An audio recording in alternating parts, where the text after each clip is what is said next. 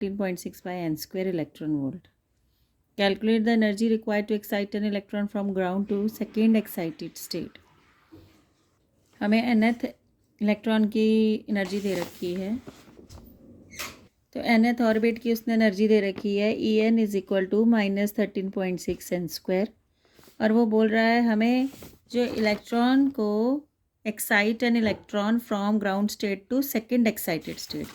देखो ground state से ये पहली एक्साइटेड स्टेट हुई, ये सेकेंड एक्साइटेड स्टेट, तो ग्राउंड तो हो गया n इज इक्वल टू 1, फिर 2 और n इज इक्वल टू 3, मतलब हमें इलेक्ट्रॉन को 1 से किस पे भेजना है, 3 पे भेजना है। तो ये हम एनर्जी का इसमें डिफरेंस निकाल लेंगे। हम निकालेंगे E3 माइनस E1। पहले E3 की वैल्यू निकालिए। E3 की होएगी -13.6 अपॉन 3 स्क्वायर, फिर हम 1 की निकाल लेते हैं -13.1 स्क्वायर, तो 1 की जगह लिखेंगे -13.6 और E3 की जगह लिखेंगे हम -1.51 electron volt, -1.51 electron volt, -1.51 plus 13.6 और ये हो जाएगा 12.09 इलेक्ट्रॉन वोल्ट। तो इस तरह से हम निकालते हैं जब इलेक्ट्रॉन एक्साइट करता है तो कितना एनर्जी उसको चाहिए एक्साइट करने के लिए। नेक्स्ट है आपका question, it is found experimentally that 13.6 electron volt is required to separate a hydrogen atom into a proton and an electron.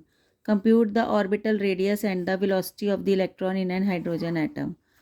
तो हमें रेडियस निकालना है, हमें एनर्जी दे रखी है, और एनर्जी का फॉर्मूला होता है E is equal to -KE²/R। ये हमने निकाला था, टोटल एनर्जी का फॉर्मूला है ये।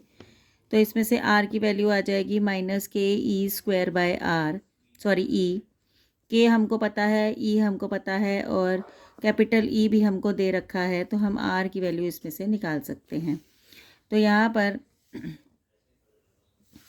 के की वैल्यू तो आपको पता है 9 × 10⁻⁹ होती है, ई की 1.6 × 10⁻⁻19, और कैपिटल ई हमें दे रखा है यहाँ पर 13.6 इलेक्ट्रॉन वोल्ट को हम जूल में चेंज कर लेते हैं, क्योंकि बाकी सारे भी ऐसा यूनिट में हैं। जूल में चेंज करने के लिए 13.6 को 1.6 × 10⁻⁻19 से मल्टीप्लाई करना होता है।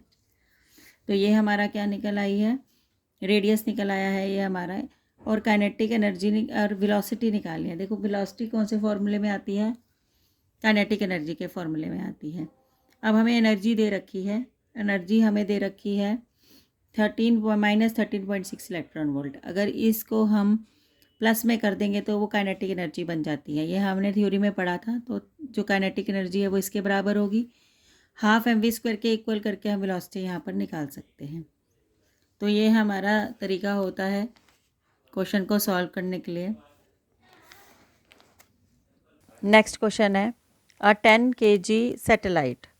अब हमें मास ऑफ द सैटेलाइट दे रखा है, वो कितना दे रखा है हमको, m is equal to 10 kg।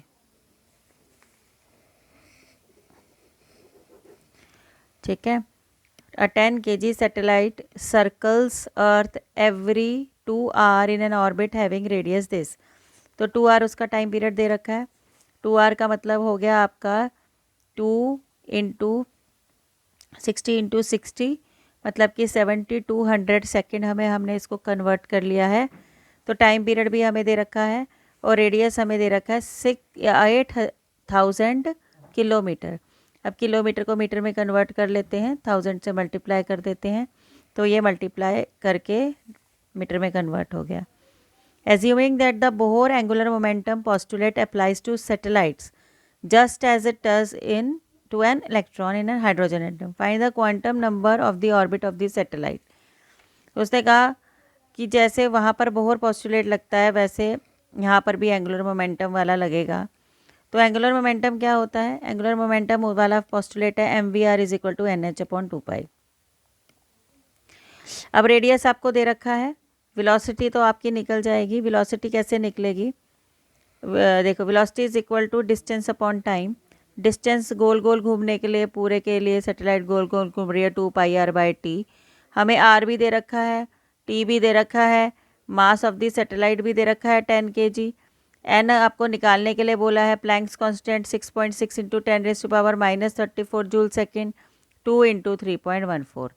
तो आपके पास सिर्फ एक ही वेरिएबल रह गया एन, बाकी सबकी वैल्यू दे रखी है, तो आप इस तरह से इसको निकाल सकते हो। नेक्स्ट क्वेश्चन है आपका, in the ground state of hydrogen atom, आपका जो एटम है वो ग्राउंड स्टेट